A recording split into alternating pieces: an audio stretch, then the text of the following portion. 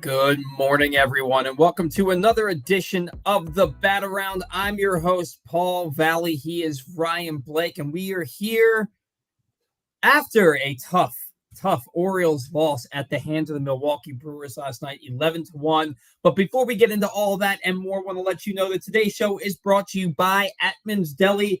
Are you craving that classic New York deli experience? And look no further than Atman's Deli in Baltimore's Harbor Point.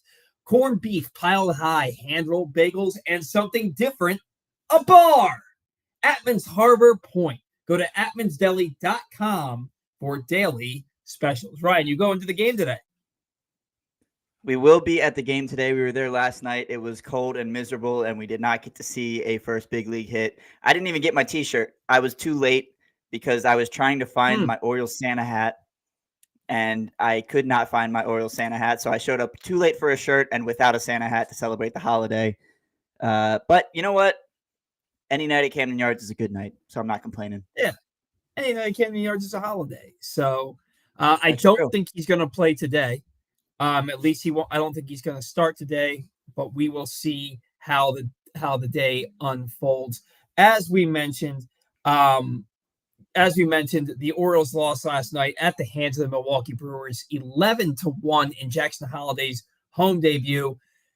Tyler Wells, man, 4 innings pitched, 6 hits, 4 earned runs, and just does not believe in the inside fastball, I guess. He gave up some rockets last night, 4 rockets that I remember, and 3 of them were middle away on fastballs. 1 was a slider that got absolutely torched. But you can't miss middle in the big leagues and expect to get away with it, Ryan. Yeah, he's having a lot of trouble locating. He can't get the fastball up. He can't get the fastball in. When he gets it up, it's way too up. It's just, kind of a, just a medley of things going wrong for Tyler Wells. Medley. Nice. Giving up too many home runs. Masked last year because a lot of the home runs he gave up last year were solo home runs. This year, that has not been the case. And so it's a little bit more glaring of an issue with Tyler Wells.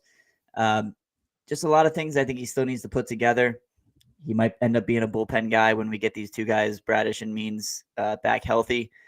But we'll see, man. It's been a tough go of it for Tyler Wells. He's got to be able to execute a little better. I think by the 3rd inning yesterday, he had given up 8 or 9 hard hit balls already, and the 2 others that were like in the 80s and upper or lower 90s. Just a lot of hard contact. You're not going to win a lot of games that way. Well, and credit to the Brewers. They're on a 3-game winning streak right now. They're 9-3. They scored 27 runs in that 3-game winning streak. I mean, Joey Ortiz is.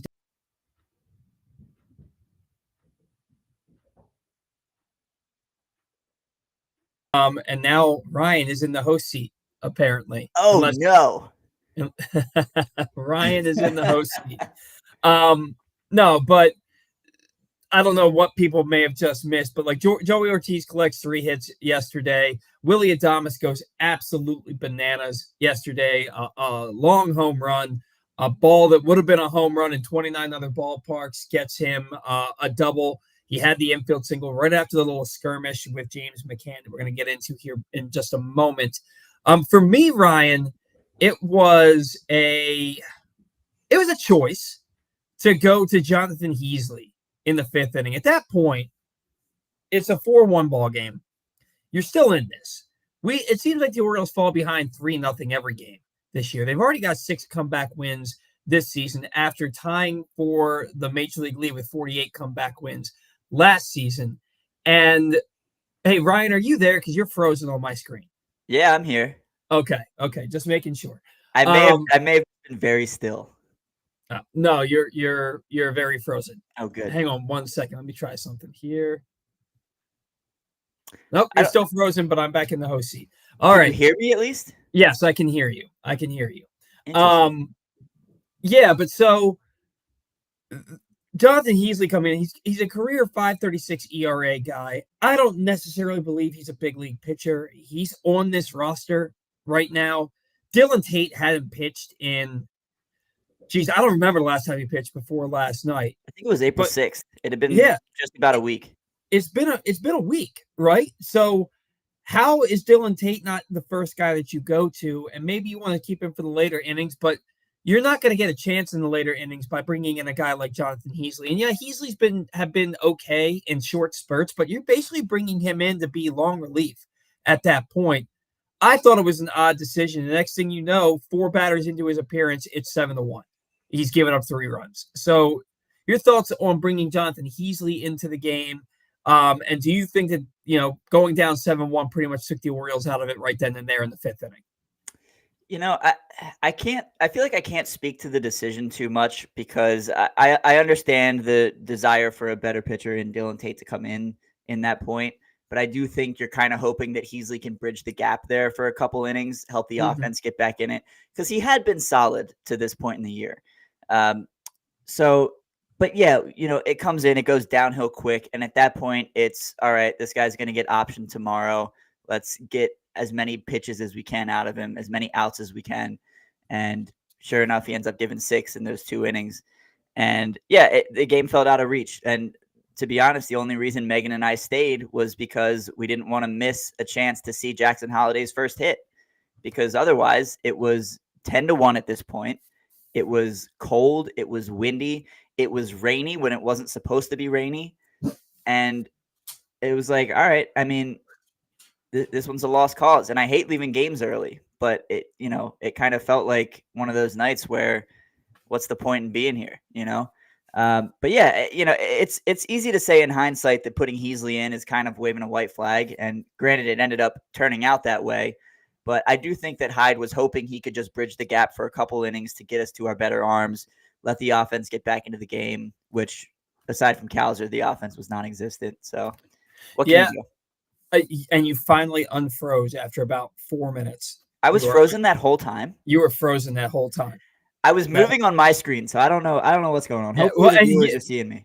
When you were just frozen on my screen, when I clicked the people tab right on the side of the screen, that thumbnail of you were moving. But when I had you just on the screen, you were frozen. But you were unfrozen now. Yeah, when I saw Jonathan Heasley as the guy in the 5th inning, my first thought was, how many pitches has Tyler Wells thrown? Because he just had a 1-2-3 inning in the 4th.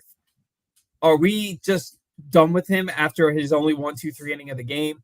And I looked, he had 90 pitches. So I get it. You don't, especially because of Tyler Wells in particular, with what happened with him last year, you want to save that arm if you can. But as soon as I saw Jonathan Heasley, I thought, oh man, this game's over. Which is like, I don't want to say that out loud, right? But I'm thinking Jonathan Heasley's not going to get the job done. But I'm like, you know what? He's been okay this year. Maybe he'll get them an inning until they can get to the 6th, and then they can bring in Tate and then Coulomb and then Perez.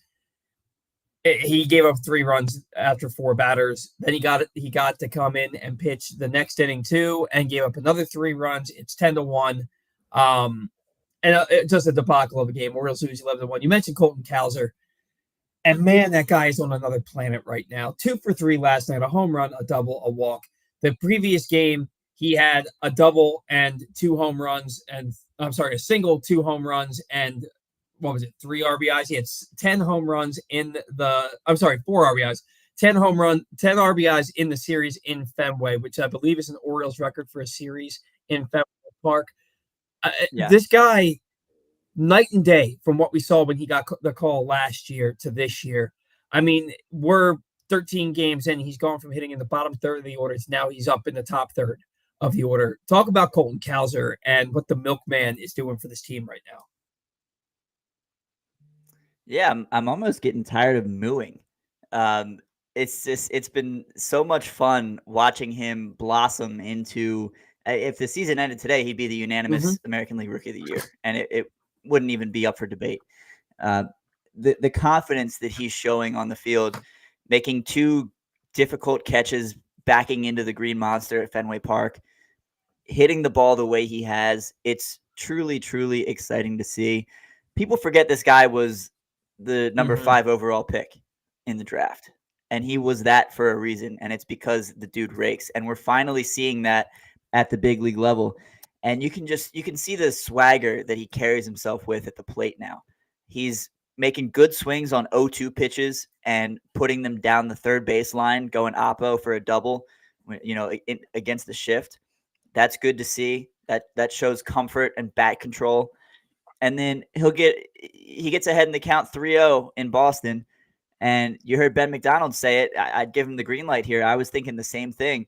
And Kowser's like, all right, 3-0, this is where I feast. And he got the pitch he was looking for, and he smoked it, and he watched it.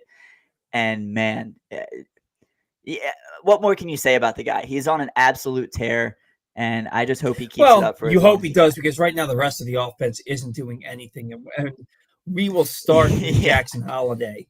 0 for 3 last night, 3 more strikeouts. He's now 0 for 11 with 7 Ks to start his big league career. You look across the diamond at Jackson Churio, and he got off to a significantly better start at 20 years old this season with the Milwaukee Brewers. Now, he went 0 for 5 last night also. They combined to go 0 for 8 with 6 strikeouts. But Holliday, it seems like he's behind in the count 0-2, 1-2 every at bat. These guys are challenging him. They're making him prove that he belongs in the big leagues. But what stuck out yesterday, and then I saw a graphic on it that proved what I was thinking, 13 pitches seen, and only 3 of them were in the strike zone. Yet he struck out 3 times. The guy's pressing at the plate. It's not that the talent isn't there. The people that are saying he's not ready, he looks like an A-ball player, he shouldn't have been called up, they rushed it, it's a marketing scheme. Like, nah, dude. Give me a break. Let's get real here for a second. 1, it's 3 games. 2, he's 20 years old. 3, think about what he's coming up to. He's coming up as the number 1 overall prospect in all of baseball to a team that won 101 games and is in a lot of people's picks to at least be in the World Series this year. A lot of people are picking him to win the World Series this year. He's wearing jersey number 7, which has been unofficially retired for like 25 years. It was Cal Ripken Sr.'s number when he passed. Nobody has worn it as a coach since he passed, and nobody's worn it as a player since 1992 when Billy Ripken wore that jersey. He had to get permission from Cal and the Ripken family to wear it. His dad is sitting in the stands watching him. This is his entire family. This is a big deal. And yeah, he's a professional baseball player, number 1 overall prospect, number 1 overall pick in 2022. Maybe he should be a little bit more thick-skinned. Some people might think that. I look at it, dude, when I was 20 years old, I wasn't a professional at anything. I was a professional idiot. And this dude's in the majors playing second base for the team that won the more games than any other team in the American League last year. Let's cut the guy some slack. He started at high at low A last year, tore the cover off the ball. Moved up to high A, and he started 1 for 7 with, I think it was 3 strikeouts. Then he moved up to, before he went on a tear, then he moved up to double A, tore the cover off the ball. But then when he got to triple A, he started 1 for 13. So, and then he tore the cover off the ball. He's going to get a groove. He really just needs 1. He even said last night, he's pressing at the plate. It's 3 games. He's probably not going to play today with DL Hall on the mound to start the game. You might see him pinch hit, depends on what the game's looking like. But I'm not worried at all about Jackson Holliday. No, me neither. He's Jackson Holliday. He was the number 1 overall pick, number 1 overall prospect in the game. And I like the poise that he showed last night in his post-game interview, where I didn't see the interview, but I saw the quotes on Twitter where he was talking about how, it feels like it's been a lot longer, but it's been 3 games. Guys go hitless in 3-game stretches all the time. All the time. It's part of baseball. And look, he's faced some really good pitchers. He's faced some pitchers that have really good breaking stuff. He's gotten a lot of, interestingly, a lot of breaking stuff that he's gotten. He's gotten a lot of sliders, sweepers above the zone that kind of look like hangers, but they're a little too high for him to make contact with. And he's put some good swings on those pitches. He's just not quite on them. And then same thing with pitches below the zone. He's gotten a lot of good breaking stuff at the bottom of the zone that drops off, dives into the dirt, and his eyes light up and he thinks it's a low fastball and he's chasing it. That happens to big league hitters. It happens to them all the time. This guy's 20 years old. He's going to be fine. He's going to get a pitch in the heart of the plate at some point, and he's going to drive it. I just know it. He's too good not to. I will say, one thing that's been really impressive if there is a positive with Jackson Holliday at the plate so far this season, it seems he's fallen behind 0-2 a lot and I was then just gotten about to back say into the that. counts. He has taken some really Spit on a hard lot of pitches good to pitches take. to get back into the count. Yeah, change-ups just off the plate away, sliders just off the plate down, and then he suddenly it's a 3-ball count, and that's when he's like, all right, he's going to give me something to hit, and we've seen him chase a little too much on 3-2 pitches. He's going to figure it out. He's faced a lot of really good big league pitching. It's always taken him a few games to adjust to a new level, and I don't think this is going to be any different. I think he's going to – I mean, look, players slump. His just happens to be a little more glaring because it's at the beginning of his career and he doesn't have that first hit yet. He's going to get that hit and then he's going to go on like a 5-for-8 stretch. Absolutely. And everything's going to be fine. He started spring training 0-for-6 with 5 strikeouts in his first 2 games. And then he hit well over 300, slugged over 1,000. Like he's going to be absolutely fine. And I'm glad that you said that he's taking some really close pitches when he gets into those 0-2 counts. It shows the batter's eye for him. It shows like how disciplined he is at the plate, and he's getting pitched too. Also, like his first at bat against Peralta last night when he struck out, that pitch, I think it was an inside slider that started on the outer third and ended up like at his knees. Like that pitch was absolutely filthy.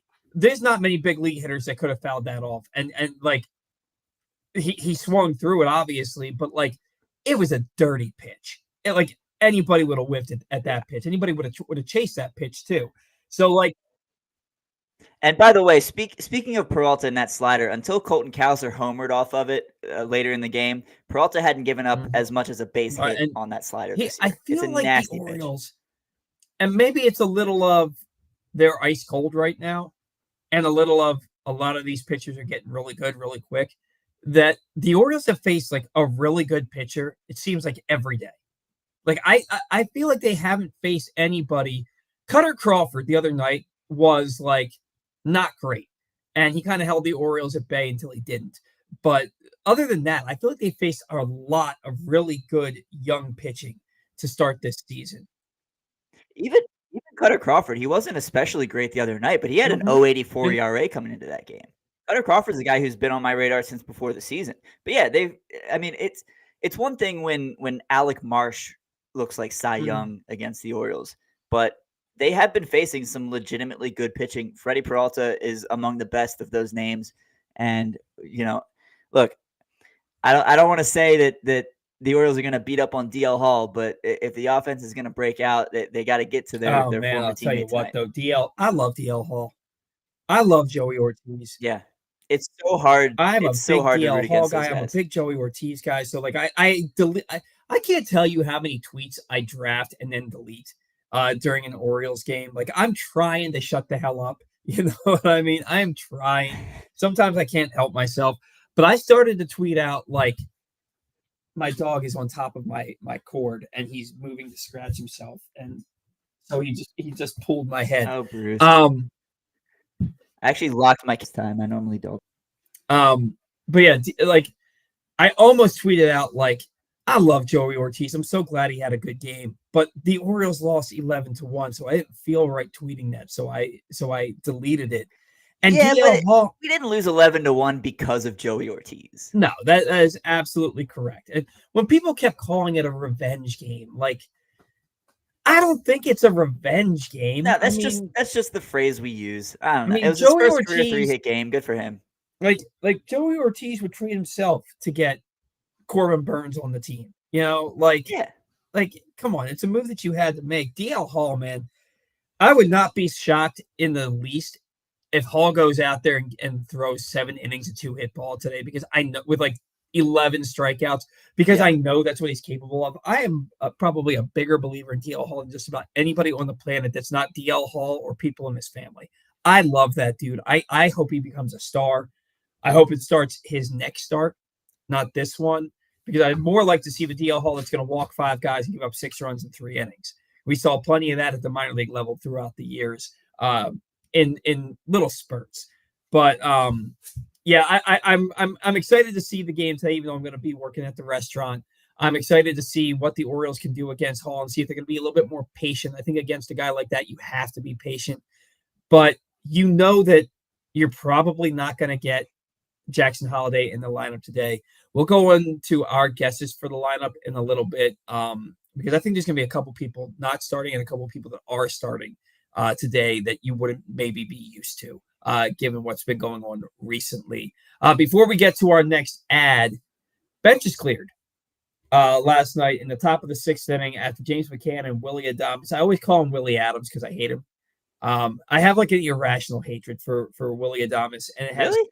yeah, dude. And it has very little to do with him until last night. And mostly to do with like, I just don't think that he's like his best year. He was like a 4-win player, which is a good season. It's a good season. But he was like the absolute difference maker in 2022 for the Brewers. Like he was an absolute difference maker. And he hit like 238. Like I saw that and I'm thinking, you guys, your pitching is so good that Willie Adames is the difference in you missing the playoffs and making the playoffs. And it made me think about the Orioles, and it made me think about John Angelos and not spending money and not trying to get the team over the hump and being okay with mediocrity. And it made my blood boil. So then my hatred for cheap owners who don't do right by the team, don't do right by the city, don't do right by the fans, made me by association hate Willie Adames. And now it's just this irrational hatred for Willie Adames to the point where I disrespect the man and call him Willie Adams.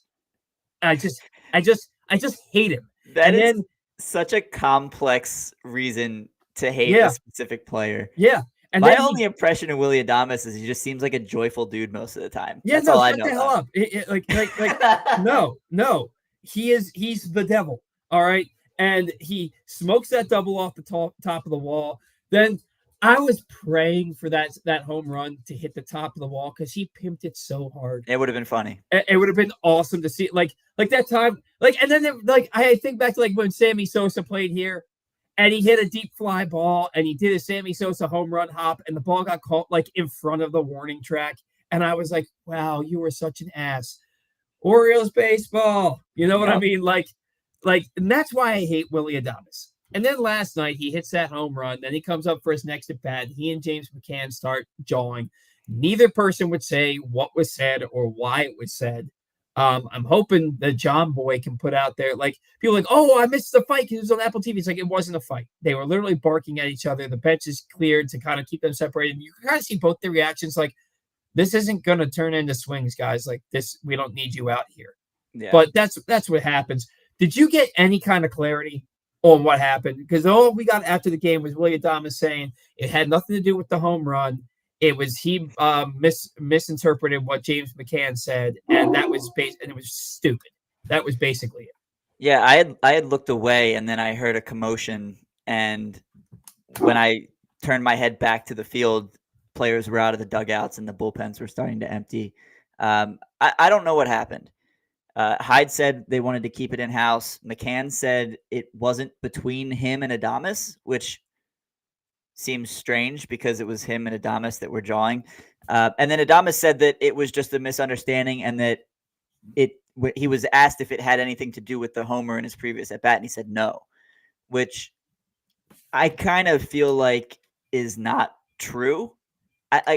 What else could have happened that would have sparked that? I don't know. Look, obviously this is all speculation. We don't really know what happened. My gut tells me it was related to the home run in some way. Now, if it truly was not there, all right, there's a couple ways we can look at it here. Number one, if James McCann himself had an issue with Adames watching his home run. First of all, I think most baseball fans nowadays agree that that's kind of a soft move. Mm-hmm. But number two, just the night before, Gunnar Henderson and Colton Cowser both watched their home runs. I don't think that was it. I don't think that was it either. I think it's more likely that a teammate, probably more likely than not, Jonathan Heasley, the pitcher, had a problem with it voiced that to McCann in the dugout, and McCann made Adames aware when he came up for his next at bat, standing up for his teammate. I don't even think it was that. I think that's. I don't know. I'm I don't know. This together. William Contreras had a 3-run homer. Or I'm sorry. Yeah, he had a 2-run homer off of Heasley, right? Then Heasley strikes out Blake Perkins. And when he struck out Blake Perkins, he walked off the side of the mound like a pitcher does when they're heading off the field at the end of an inning, right? The way he struck the guy out and he kind of walked off the field. Adames was the next batter.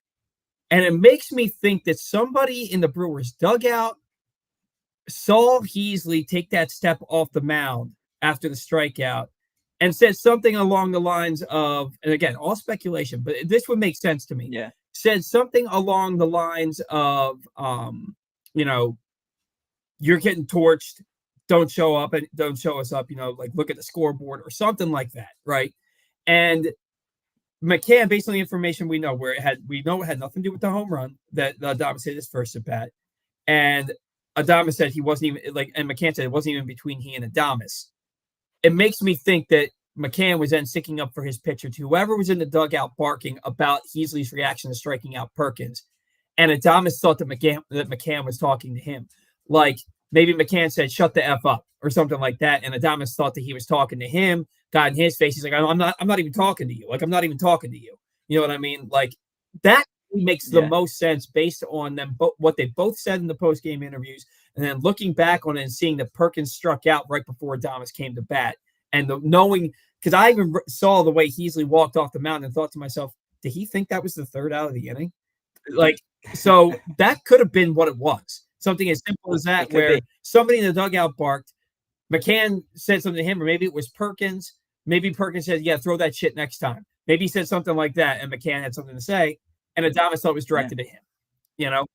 Okay, that's some good investigative work. I like that hypothesis a lot more than mine, because I'd like to think that this much young talent as it has would not be trying to police the game and try to tell other players not to pimp a home run, because hey, if you get me, you got me, right? Mm-hmm. If you don't like it, get him out. And I think the Orioles have that mindset.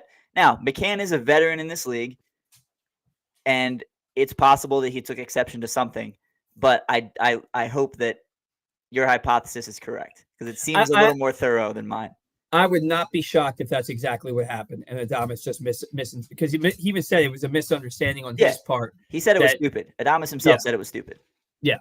So, what would be stupid is if you're celebrating a special milestone, entertaining clients, or simply enjoying a night out, and you didn't go to Ruth's Chris, because you can count on Ruth's Chris to deliver to you the finest steaks, the best service, and the level of hospitality that's made Ruth's Chris one of the most revered names in steak since 1965.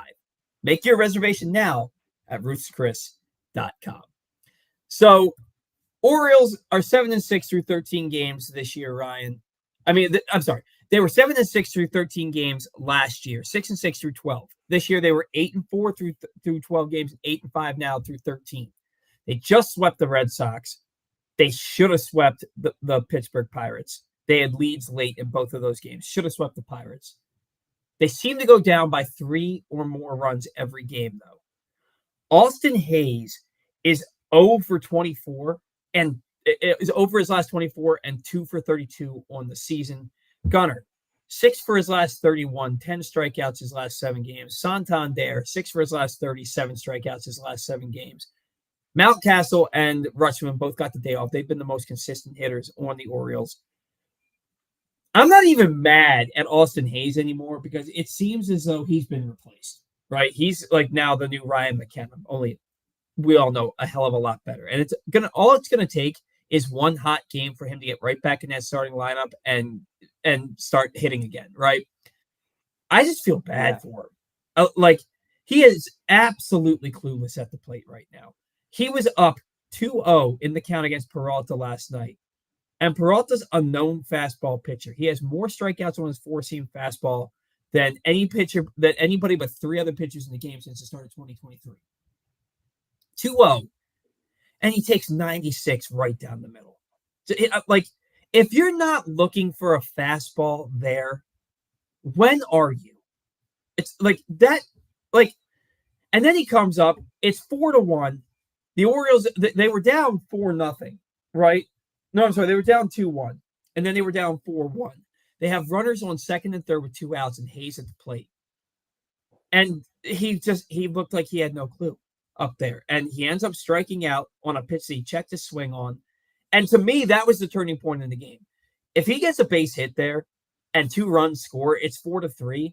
Maybe you don't see Heasley. Maybe you do see in the top of the 5th inning. Maybe you do see Dylan Tate. Like, it's 4-3 now. We got to keep this game close. I got to bring in my dogs, right? Hayes strikes out. The inning is over. To me, that was a turning point in the game. And then Heasley coming in the 5th. I mean, that game was over by the bottom of the 5th. After Hayes is at bat in the bottom of the 4th to end the inning, the Heasley experience in the top of the 5th, that game was essentially over at that point. But I'm not mad at the guy anymore. He's just in a cold stretch. He's watching him. He's losing his job before his very eyes to the hottest hitter on the planet right now. And it's not like, yeah, he's the coldest of all the hitters, but it's not like the rest of this lineup is tearing the cover off the ball, Ryan. They're not scoring till the 7th inning. Like, they won 9-3 on Thursday night. They scored 6 runs in the 10th. They scored 3 runs in the 8th inning. Right? I'm sorry, 2 runs. It was a 2-run homer in the 8th inning. They were down 3-1 in the 8th, or 2-1 in the 8th. Like, they're not scoring runs until late in the game, and that's a recipe for disaster. You can't just be ice cold for 7 innings and expect to win ball games. Yeah, there are 2 things that I want to say here. The first being, I feel like, and this is nobody's fault, but it feels like the vibe of this show is a lot worse than it should be for a team that has won 3 out of their last 4. It just it just so happens that the one that we did not win in those last 4 was last night, and it was a big loss. The Orioles ran into a really good pitcher and a really, really hot offense. So you hope that turns around in the next couple of days, of course. But you put in the notes, Paul, we just swept the Red Sox. And it's hard to be disappointed with that outcome. Let me stop you there, because it's not that I'm disappointed. All right. I'm happy. This is pointing out that there are a lot of people who have noticed how I get texts from my best friend every night about how cold these bats are, followed eventually by, this team's amazing, because they come back and they win these ball games. They've got 6 come from behind victories this year. Yeah. I'm not trying to be a Debbie Downer, because they're ahead of their pace from last year. Yeah, and I'm not accusing you of any of that. Because I get it, and you're right. But what's topical to talk about right now is what just happened, and that was an 11-1 bludgeoning at the hands of the Brewers. And so I get it. It makes perfect sense. Last year, they lost something like 15-2 on a Friday night before a Saturday show.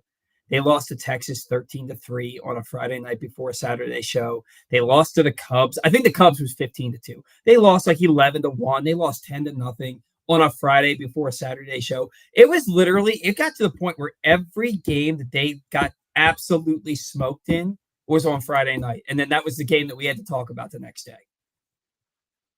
There's a common denominator, Paul. Nope.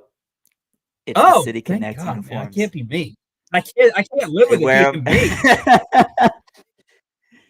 They wear them at home on Friday nights now. And they've taken a lot of bad losses. Now they're only 5-6 in the City Connect uniform since they debuted. They're not terrible in those uniforms, but when they lose, it seems like it's by don't 6, they wear them 7, the whole weekend? 8, 11, 12 runs. No, just Friday night, I believe. I think they'll be in their. I think they'll be in their oranges today. Yeah, because it's a Saturday day game that would be in it. But I'm pretty sure, at least that first time, that they wore them the whole weekend. I think the first time they did, when they debuted them. But I think after that, it was just Friday nights. But make no mistake about it, the Orioles lost the last 2 games in that Pittsburgh series. And they lost them in bad fashion. They were leading late, and they should have won those games. However, they brought back the waterworks to start the series in Boston, and then we kind of swept that under the rug, didn't we? On to sweep the Red Sox And like we saw Colin Cowser hit a double in that first game, and he did the sprinkler, and we're like, "What's this?" And then he did again, and he sprinkled. Somebody hit a single, and you saw him do the turn, and we're like, What's happening? What's happening?" And then Melanie asked him, and he's like, "Yeah, we decided if it ain't broke, don't fix it." And we brought back the waterworks, and then Cowser homered the next night, and he got the dong bong, the homer hose. It's a dong bong, he got the homer hose, and it was like, oh my god, it's back. All is right with the world. Because what's the point of the splash zone if you're not doing this? I know. If you're doing a handlebar celebration in the dugout, which, by the way, was stupid and reminded me of the 2014 Royals, then what do you have Mr. Splash out there for? It doesn't make any sense. There's no shame at all in running back a celebration for a second year, especially when that celebration is arguably the greatest of all time. You cannot do better. I don't care what props you have. You are not going to beat the dong bong. Are you kidding me? That is an elite home run celebration. And to have the connection with turning on the faucet at first base, doing the sprinkler for an extra base hit, and then bonging a water in the dugout, it does not get any better than that. I'm so glad they brought it back because it has brought the vibes all the way back up after 2 really tough losses in Pittsburgh. And by the way, can we not blame Gunnar Henderson for that throwing error? That was so close to being an absolute it would have been one of the play. top 10 plays of the year if he had made that play to end the game. Yeah. If he had made that play. Right. First of all, he had to throw the ball around a 250-pound Rowdy Tellez or whatever he weighs, who was standing up, jogging into the base. Gunnar had to throw around him, and the tying run's crossing the plate. Obviously, you're not going to eat that. I saw some people saying, "Oh, he shouldn't have made that throw at all. He should have eaten not it." A chance. What are you talking about? It would have ended the game as a win. You don't eat that ball and say, "Oh, it's going to be close at first base. I'm probably best served to not throw it and let the tying run score." And put the go-ahead run on third base. You throw that 101 times out of 100, and you try to get that out. And he did it, and it was a close play. It was just the throw was a little off after what was a really dazzling defensive play to just get the out at second. So that shout out to Gunnar for I wasn't even mad at him. When I saw that play, first of all, he had to slide to his left to field it. Then he's on the ground and touches the bag with his glove. Then he has to get up and, like you said, try and throw around the school bus of a human being to get the ball over the first base. And it was a bad throw.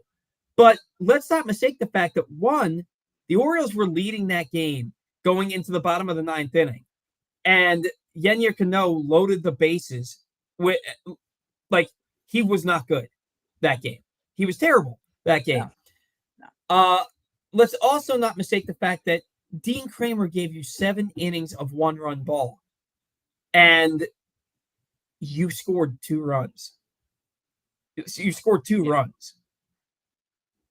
Now, granted, Gunnar, I think, went 0 for 4 with 3 strikeouts in that game or something like that. He wasn't good at the plate either. The Orioles did not lose that game because he was dazzling defensively all day. Absolutely dazzling. It was not his fault. And all of this about the cold bats is all to say the bats started cold last year too. Anthony Santander hits like 200 in April. Gunnar hits like 200 in April. He did it last year, okay? The bats started cold last year. They started cold this year. As the weather warms up, these guys are not going to be cold. These guys, Buck always says, over the course of a 162-game season, you hit the mean, you are who you are, right? These guys are going to rake, and you're going to see a stretch of games where they're scoring like 6 to 10 runs a game. You're going to see this team get off on a run. The reason it is so much more glaring right now is because this is the softest part of the Orioles schedule. And then you get to June, and they play nothing but playoff teams, and they have 1 day off that month. 1. This is the time where you need to be stacking these wins, and they still can. They could go win these next 2 games, and then sweep the Twins, and then head to Kansas City, and the next thing you know, you're like, this team's 10 games over 500. Why was anybody even worried about the offense at all? This team, they've won 3 of 4. They're 8-5 on the year. They're in second place in the AL East. Boston just lost again last night. They're fine. They're just all cold at the same time. They will warm up. You can warm up with Rofo chicken which is cheaper by the dozen. Right now, get a 12-piece mix for just $20. Plus, if you upgrade your Royal Farms Rewards account to include RoFo Pay, you'll save 15 cents per gallon on gas through June 30th. So stop by your neighborhood Royal Farms today for these and other great offers. Ryan, you had a point that you were about to make. Yeah, just that coming into the season, we saw the April schedule and we were like, oh, cakewalk of an April schedule. The Orioles should win, they should go 21-10 over this first stretch of games. And I was completely on board with that as well. The teams that the Orioles have played have been surprisingly very good. The Royals are 9-5. They just swept the Houston Astros in Houston. They won 7 in a row after losing that 2 or 3 to the Orioles. Yeah. Detroit is 8-4. The Pirates are 10-4. Milwaukee's 9-3. So these teams that were supposed to be easy have all started the season really hot. The Brewers just blow my mind every freaking year. Yeah. I thought for sure that they would finish it, and they still could, that they would finish in 4th or 5th place because they lost 2 of their best pitchers and they've lost their all-world closer for at least 3 months. And they're 9-3. They're 9-3.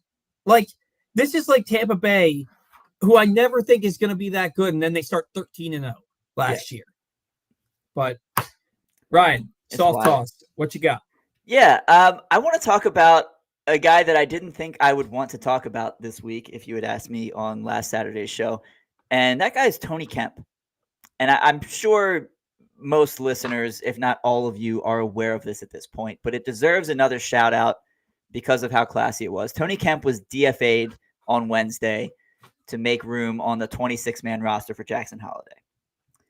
He didn't play much. He went 0 for 9 when he did play. He reached base 1 time via a walk. It was the second time this year that he's been cut by a team that he had not even spent a full month with. He signed with the Cincinnati Reds right before spring training, was cut by them on March 19th, signed with the Orioles a few days later, and then doesn't last a month here either. So anyway, the corresponding move for the 20-year-old is Tony Kemp is DFA'd. And this is Tony Kemp's response on Twitter or X. Kemp tweeted, in the fall of 2010, our college had a series against the Longhorns for a 3-game set. Our hitting coach at the time was Josh Holliday, and his brother, Matt, brought his kid to our early practice.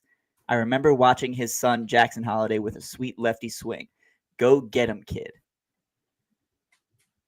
What a classy way to handle a very difficult situation. Mm-hmm. You just lost your job, and here you are handling it with as much grace as humanly possible. So I just wanted to give that another shout out because, look, none of us wanted you here, Tony. None of us wanted you on this roster. We have all wanted Jackson this entire time.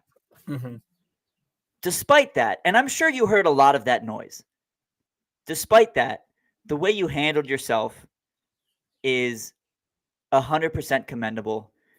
Thank you for stopping by. We appreciate you. I'm sorry that we didn't treat you well as a player, but I hope you get another shot because even if you don't make your teammates better as baseball players, you will make them better as human beings. Thank you, Tony Kemp. I'm sorry it was such a short time. Best of luck. Yeah, man, this is something I struggle with, right? Because all class right there. Everything we've seen and heard from Tony Kemp, he's just an outstanding human being. Fun guy. Past years, I would have loved to have that guy. I know I would have liked him as being part of this team more than Adam Frazier and more than Ruth Neto-Dort just because of his personality. Oh, yeah, sure. But I also know that I would have been like, why is he hitting? Yeah. You know what I mean? Like, and this is where I struggle because I consider myself a good guy. You know what I mean? Like, I like to think that I'm a nice person, and like I feel a lot of things for a lot of people and a lot of empathy, a lot of sympathy along the way. And I'm not like that with baseball. And I'm not like that with football. With sports in general, if you're a professional athlete, Tony Kemp was here for 2 weeks. He made $1 million. Like, he got $1 million contract, right? To be here for 2 weeks. Yeah. Like, I look at it, and then you like Adam Jones, and I love Adam Jones. He's been on this show back when it was a 2-hour iteration, literally the day after his ceremony at Camden Yards when he retired, right? But Adam Jones is always like these, we're all people too. We're all people too. And it's like, yes, you are people. You are people who are paid an exorbitant amount of money to play professional sports. And in my mind, what comes along with that is you better have a thick skin. If you're going to go out there and you're going to make, as a player of, let's say, an Adam Jones ilk, $15 million a year, if you're going to make $15 million a year and the good players make upwards of $40 million a year, you better not give two shits what somebody says about you in the stands. Because 1 week paycheck is so much more than that person's entire salary for a year. And so for me, it is hard to separate you being a really great human being and you being a really bad baseball player. For me, it's hard to separate because how great of a person you are has nothing to do with what you're being paid to do right now. And you can say that about just about every profession, but most professions aren't making that kind of money. That's why, when an actor starts talking about their political beliefs and their religious beliefs and, oh, well, we should be doing this. No, you should shut the hell up and get on the silver screen and entertain us because you make $27 million to make that piece of shit movie for 90 minutes that just, I would have rather watched paint dry than watch that piece of crap movie. So you don't get to talk to me about your political beliefs. I'm not as callous when it comes to the athletes, but at the end of the day, yes, you're a really good person, Tony Kemp, and I'm so happy you were here, and I'm so happy that you had that mentality. But at the end of the day, tomorrow, I'm not going to think about you again. I'm not going to think about you again because you got paid $1 million to play 2 weeks worth of baseball very poorly. And sure, yeah, that is to me, it's like I know what I look like when I say that.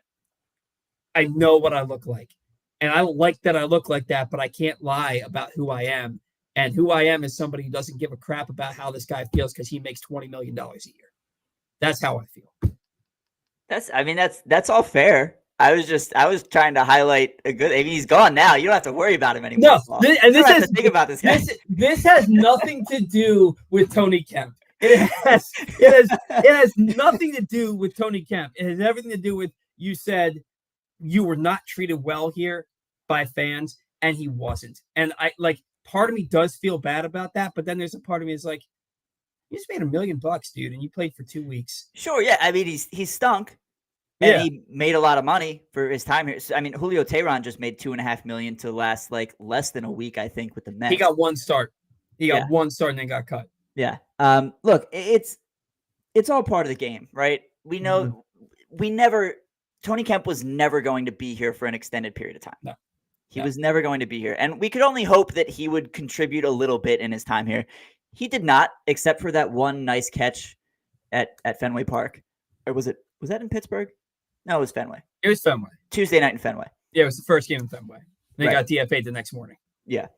Look, the only time we'll have to think about him again is when the 2024 Orioles Sporkle comes out because we, got to make sure we get the full roster on that one. But shout out Tony. He made a lot of money to do a little bit, but I feel like the way he handled getting cut for Jackson Holliday was really exceptional. He absolutely handled it with grace and aplomb, and he was just awesome about the whole thing. And an infectious personality. Guys, you don't know this. Ryan's going to quit the show after today because the Orioles are 8-5. They just swept Boston, and I'm talking about how cold the offense is. He's talking about how great of a human being Tony Kemp is, and I said, I don't care. Shut up and play baseball. You know what I mean? I basically said, shut up and dribble.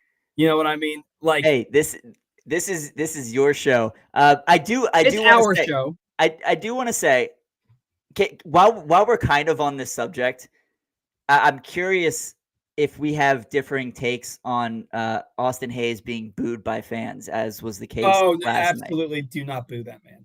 Okay, good. All right. So Absolutely do not boo that man. I sent out a tweet after he struck out with runners on second and third. I think Westberg stole second to put 2 in scoring position. Holliday on deck, gets ahead 2-0 and then strikes out, right? Absolutely a turning point in the game. And Austin Hayes, absolutely cold as ice, completely lost at the plate right now.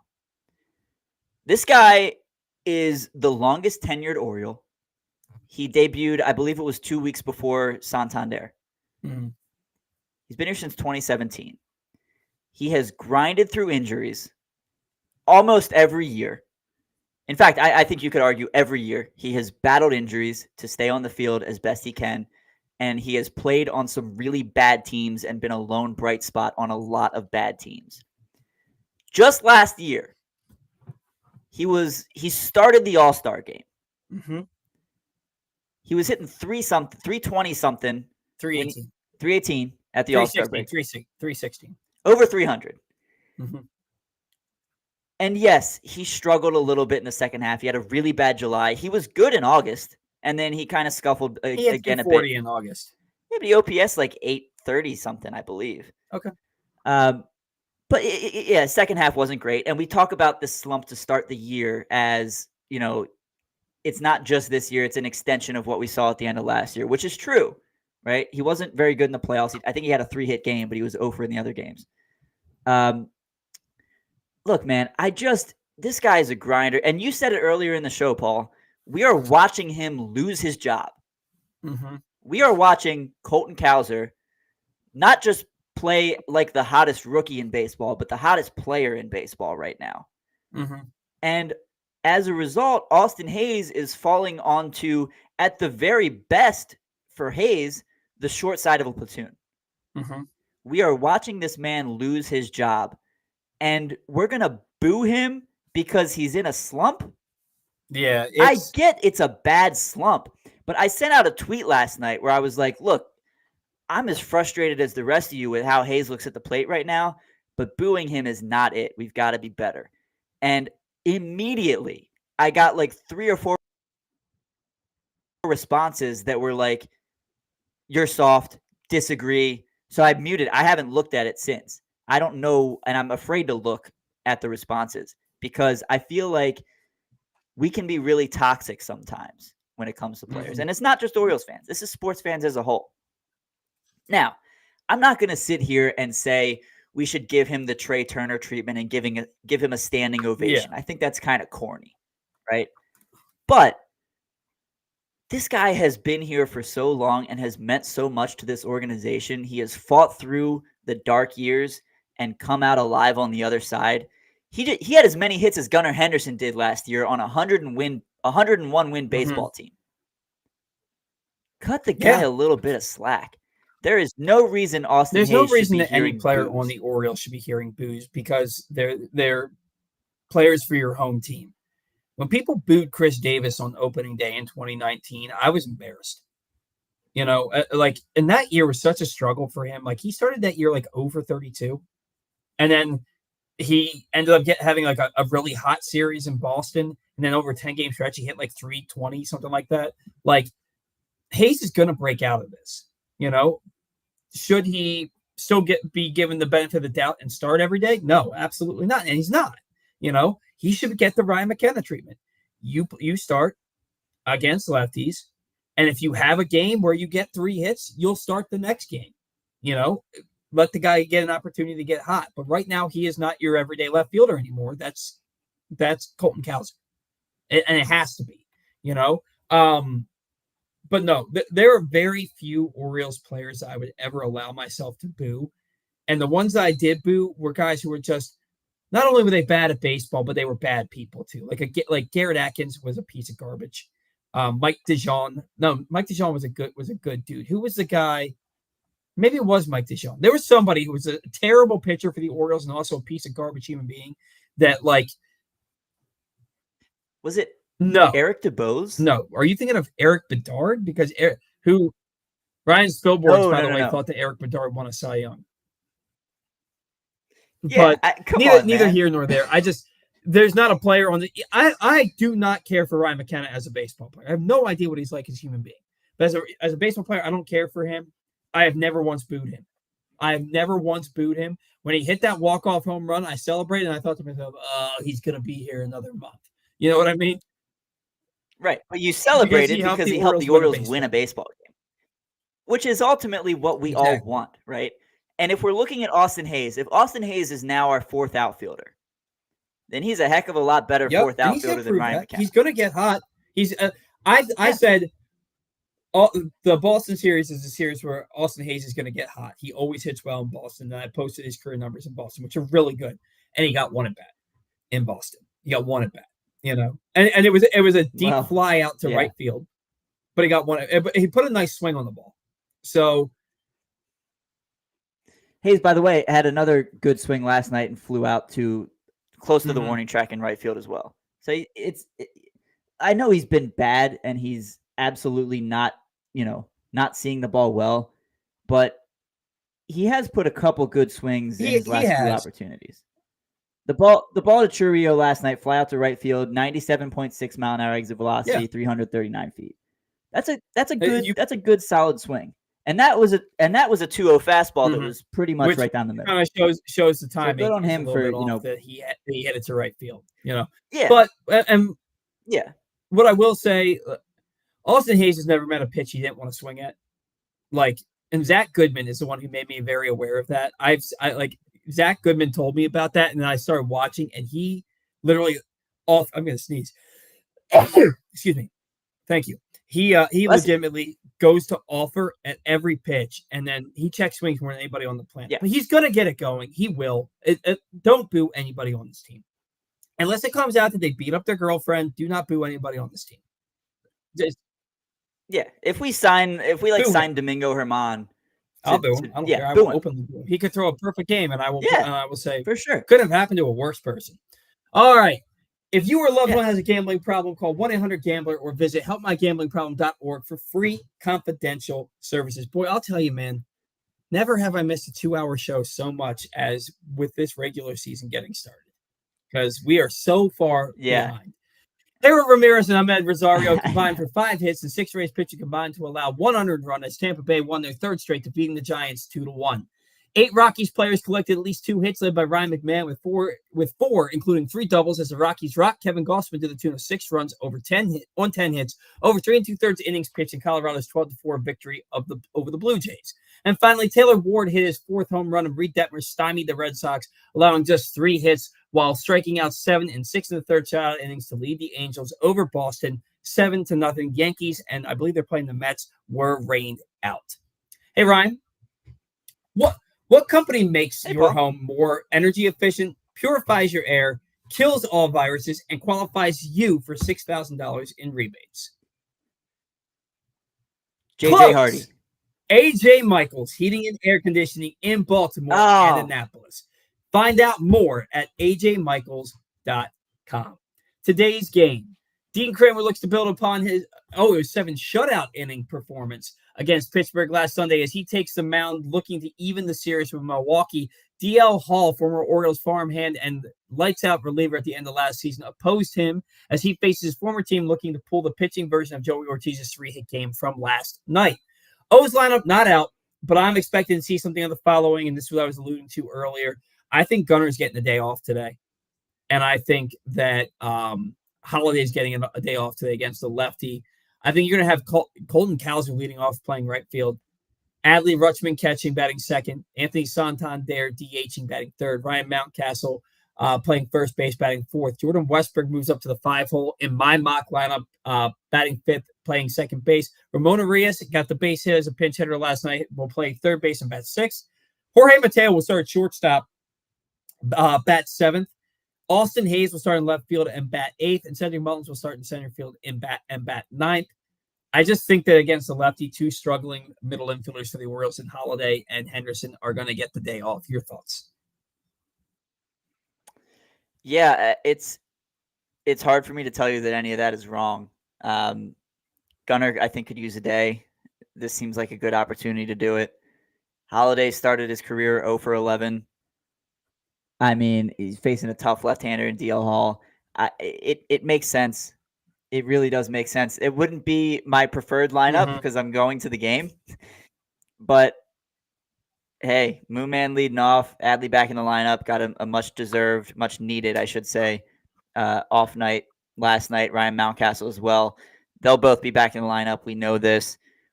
Yeah, I mean, I'm not sure I love the order of 6 through 9, but I also can't really argue it. I mean, it's your 4 worst hitters right now. I also put in the notes, I could So- see Santander get the day off with McCann DHing. McCann put a couple good swings on the ball last night.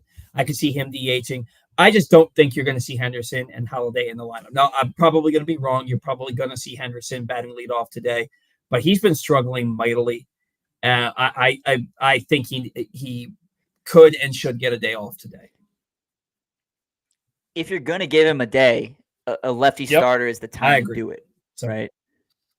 Especially a lefty in DL Hall who has probably faced Gunnar in live BP a bunch of times and knows how to attack him.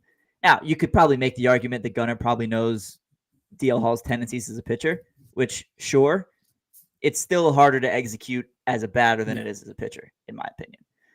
So, yeah, I think if you're going to give Henderson – if Henderson's not going to play 162 games, then this is a good one to kind of give him a breather and let him recharge the batteries and get a restart here and then come out swinging tomorrow.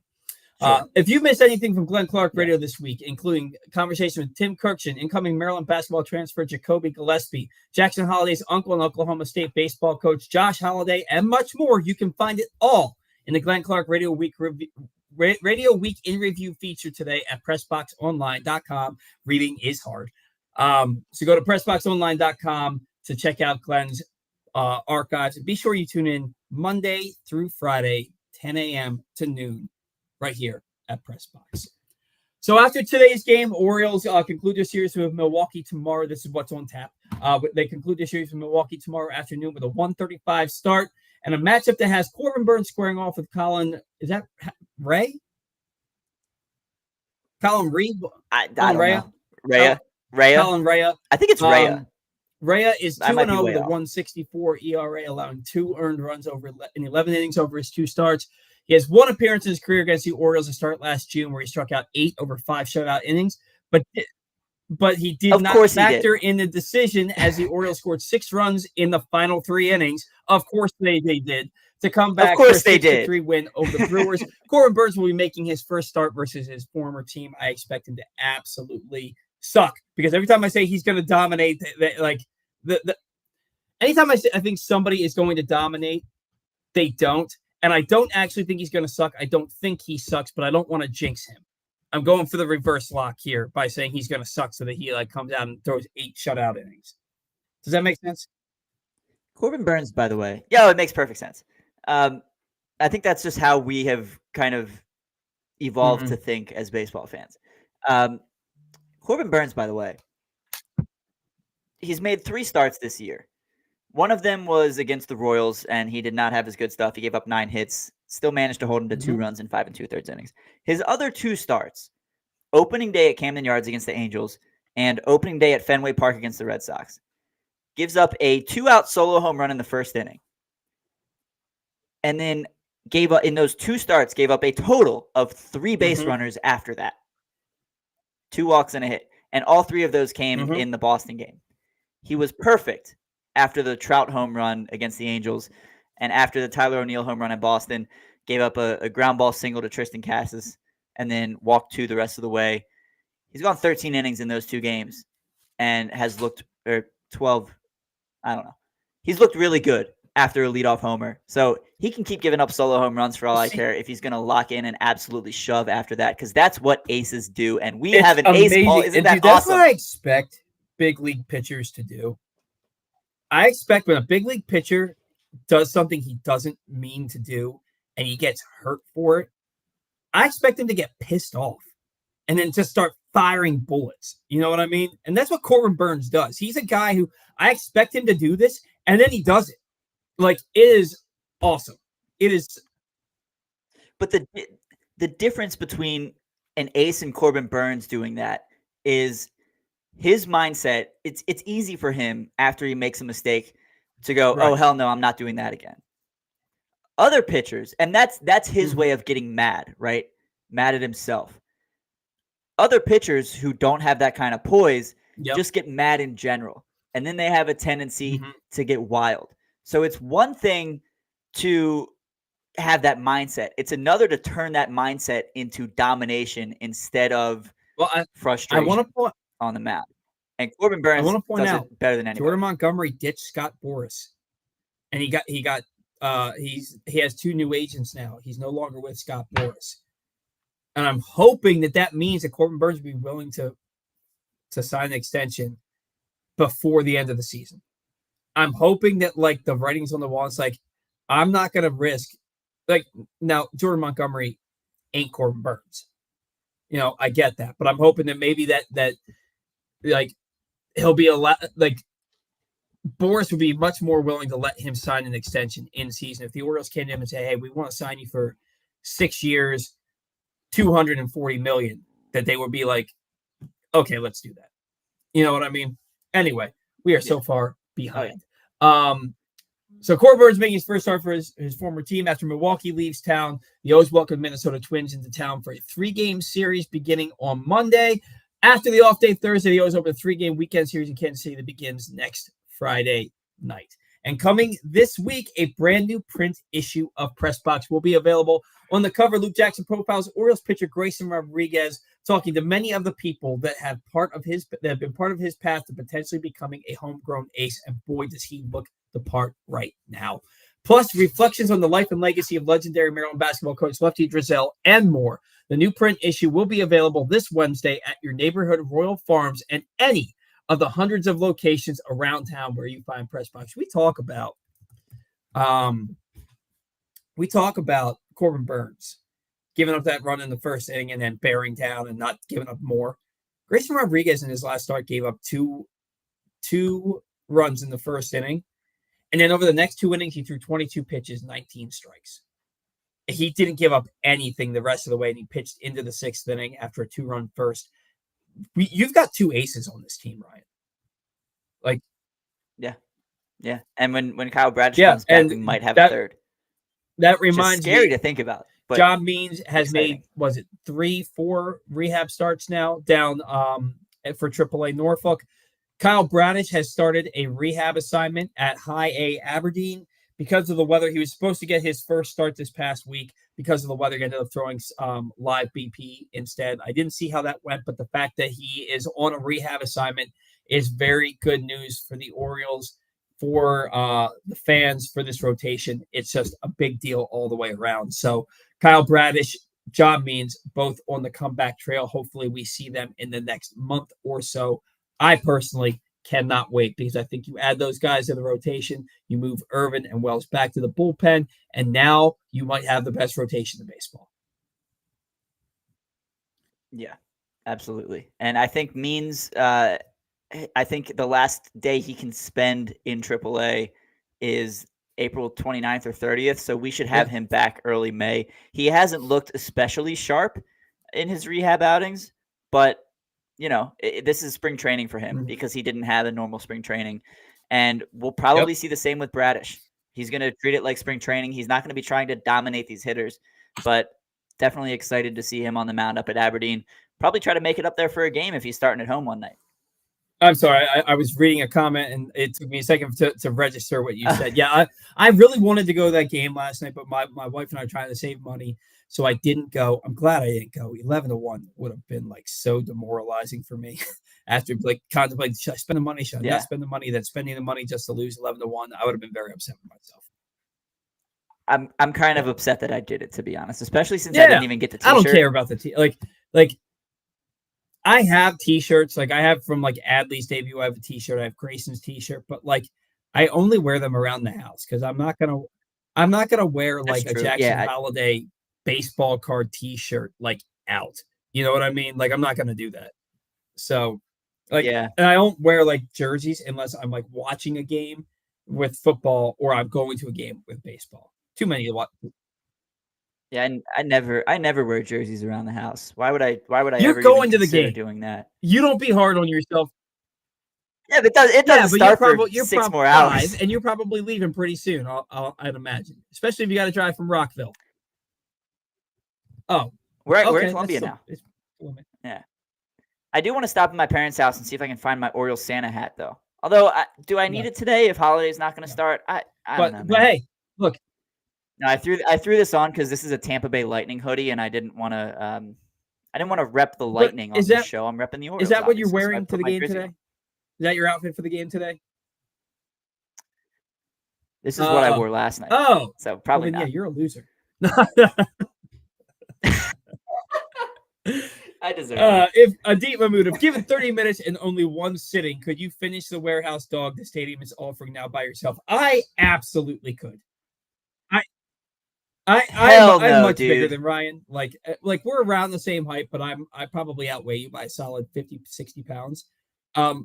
Like Probably. I 100% could finish that hot dog in one sitting. I wouldn't want to. I would feel like absolute garbage afterwards, and I'm pretty sure it's a giant mess. It's the same reason why I don't like the Brooks dog. Mac and cheese, crab meat on a hot dog, that sounds delicious. The mess alone makes me not want to eat it. And I'm not a big mac and cheese guy, but we've done this on the show before. Paul. Not only is the warehouse dog way too big for me, it looks disgusting. I'm sure. I've read it. awful. I saw it. I've read what's in it, and I'm like, I'll bet it's delicious. I sent it to my buddy because his favorite all-time food is hot dogs. He loves the Brooksy dog, by the way. Yeah. Is that the Crab Mac dog?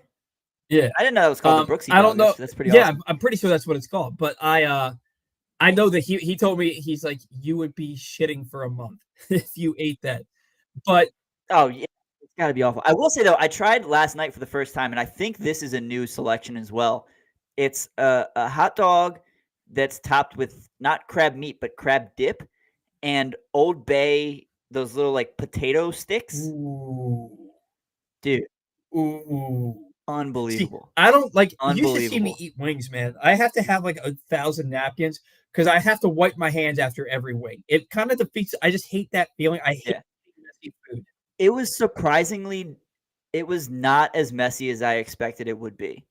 And it was delicious. And I may have lucked out because I don't think all season the potato sticks are going to be as fresh and crispy as they were. You'll probably run into some stale ones at some point in the year. Last night they were pristine. And look, if it's on a hot dog, if you put the toppings on it, but they aren't overflowing over the bun, you can keep it fairly neat. You can yes. But that's exactly how it was. But it was enough. It was enough that it added the flavor dog with each bite. And the new one, it's overflowing. There's no way to eat that without making a complete mess. And I don't want to walk around the stadium with food all over me because it's gonna be all like. I can't eat chips and salsa without having salsa on my shirt. You think I'm going to be able to eat a foot-long hot dog covered in all the meats and cheeses and condiments and not walk around with 16 stains on my shirt? Absolutely not. Could I do it? Could I eat it in one sitting? I firmly believe there's not many food challenges. The man versus food stuff, I can't do that. That's ridiculous. The only one I think I could do is at Jacqueline's in Ocean City. It's right across the street from my family condo. The Titanic ice cream thing where you have to eat ice cream out of a giant beach bucket. I think I could do that. My wife will not let me do it. She won't let me do it. We've gone down 3 years in a row now where I've been like, you got to let me do this. She's like, absolutely not. Absolutely not. You're going to be miserable the rest of the day. Absolutely not. I'm trying it this year. I'm doing it. You know what? I'm doing it. I just said on the show, my wife won't let me. I'm a grown man. I'm doing it this year. You're a dad now. You make your own decisions. We didn't have kids, so my wife said she was ready. Don't worry, guys. Jackson will be fine. Randall, we do believe that he will be fine. Randall also said, Holiday speed has caused confusion in outfield and 2 errors that shouldn't have happened. This kid is amazing. The ground he can cover, he will start hitting sooner than later. Don't lose faith. None of us are losing faith, Randall. And here's the thing. The Jackson ones causing confusion, look where those guys were playing. They were playing no doubles defense in the first inning of Grayson Rodriguez's start. I get it that it was Tristan Casas. I get that Casas hits home runs, but why are your outfielders playing at the warning track?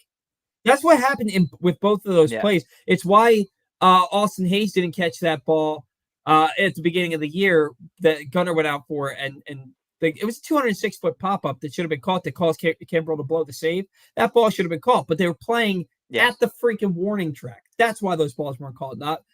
not because of Holiday's speed, in my opinion.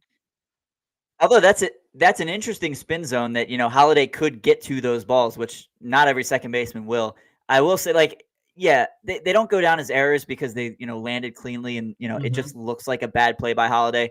The first one, Mullins got a bad jump. He took a bad route and he slowed up near the end. That's a ball that should have been caught by the outfielder.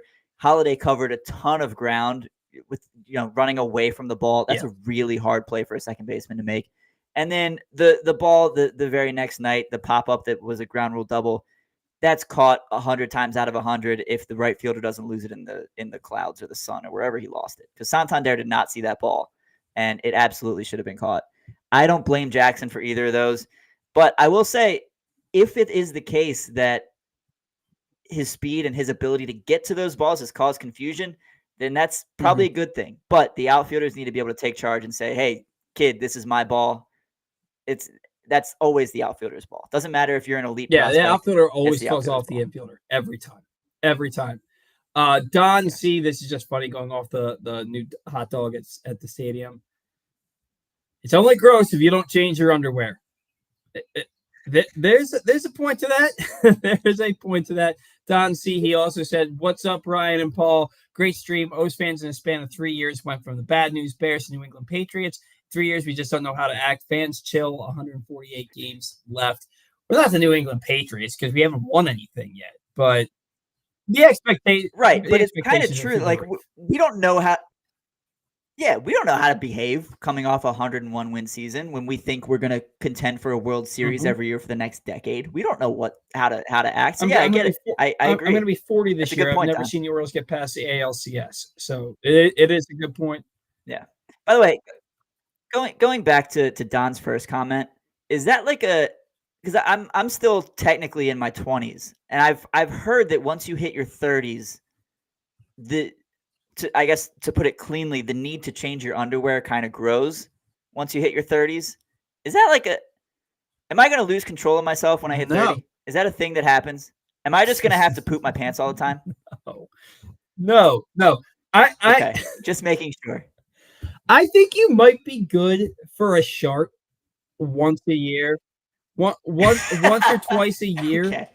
But that happens at any age. Like I was 22 and was viciously hungover one day and overtrusted a fart, and I had to throw those sheets away. Like it happens. Like it absolutely happens. But it's not like I'm not changing my underwear every couple of days. Like, all right, just making sure that I'm not decline, looking forward honestly, to the wrong after 30. I will tell you that as soon as I turned 30, my body started hurting almost immediately. It feels better now than it did when I turned 30 because I take better care of myself now than I did when I was 30. But you start to notice like recovery from workouts takes a hell of a lot longer. I used to be able to like go to the gym in the morning, play 18 holes of golf in the afternoon, and then go play a baseball game at night and be good. I can't even do two of those things in the same day anymore. So it's like, like that's the one thing. It's heartbreaking. Moving on. We really got to get out of here. Guys, do they make Tyler Wells the long guy in the bullpen? Honestly, I think he's not going to be a long guy when he get maybe to start, but I think he ends up in the back end eventually in a bullpen. Yeah. I think that he's a back end reliever because he can get it up to 98 when he's only throwing 1 inning spurts. So I think he ends up in the back end of the bullpen. Yeah. Randall. I agree, but I think if you don't have a natural long man, then he might be able to do that for a little bit when he goes back in. I think he's going to be the long man. True. Yeah. Guys, O's still need to trade for another top starter, and Irving. It's Ben McDonald calls him Irving. It's Cole Irvin. There's no G. It's more effective in the bullpen where he had more consistent success. Yeah, let's see what Bradish and Means do. If we get to June and it's still glaringly obvious that they need another starter. But last night's start was the first start to an Orioles pitcher who didn't go 4 innings. I mean, didn't go 5 innings, and we're 13 games into the season. When's the last time we could say that? Right. I think because we've talked about this a lot, and I don't disagree that the O's need another starter. Bradish could be that guy, and Means could be that guy. And I don't think any of us expected either of them to begin their rehab assignments as quickly as they have. Maybe Means, but Bradish, I was worried that, and I still am a little worried, honestly, that Bradish is not going to pitch this year. But if he actually is starting a rehab assignment and we see him back by mid-June, or sorry, mid-May, then, and he's healthy and he's pitching like we know he can, then maybe we don't need to go out and trade for a starter, because then you've got John Means and Dean Kramer as your 4 and your 5 in whatever order. This team desperately needs back-end relief help. They desperately need back-end relief help. Mike Baumann gives up more home runs than any reliever should. He hasn't been particularly effective this year or the second half of last year. Jacob Webb was one of your worst pitchers in September and October last year. Jonathan Heasley came into a close game last night and let the doors get blown off. Cionel Perez gave up 2 runs. He has an infinity ERA right now. Is now on the IL with an oblique issue. After struggling in spring, after a bad first 2.5 months of the season last year, this team badly needs back end help. Craig Kimbrell has been so freaking good. He has been so damn good, and so has Danny Coulomb. But aside from that, even Yennier Cano has had his moments where he's just like, "What the hell is happening right now?" This team needs another reliever, maybe 2. And Kimbrell's track record the last few years has been he kind of fades near the end of the year. So he's not going to dominate like this all year. Yeah, but he has been exceptional at this point for sure. But the Orioles, their biggest need right now is back end relief help, 100%. And it might be starter, but let's see. You have two of your top starters on rehab assignments as we speak. Let's see how that goes before we start trading some more prospects to get another starter. Because I know we've talked about it on the show. We said that the Orioles need another starter. They need another starter. The starters have been really good. Dean Kramer has been dazzling. He has been fantastic. Tyler Wells, I still believe he can figure it out. My only issue in that rotation right now is Cole Irvin. Like, he's just not good. He's just not good. And look, and here's the thing, all right?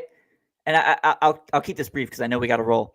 Cole Irvin, his box score was not good in his start at Fenway Park.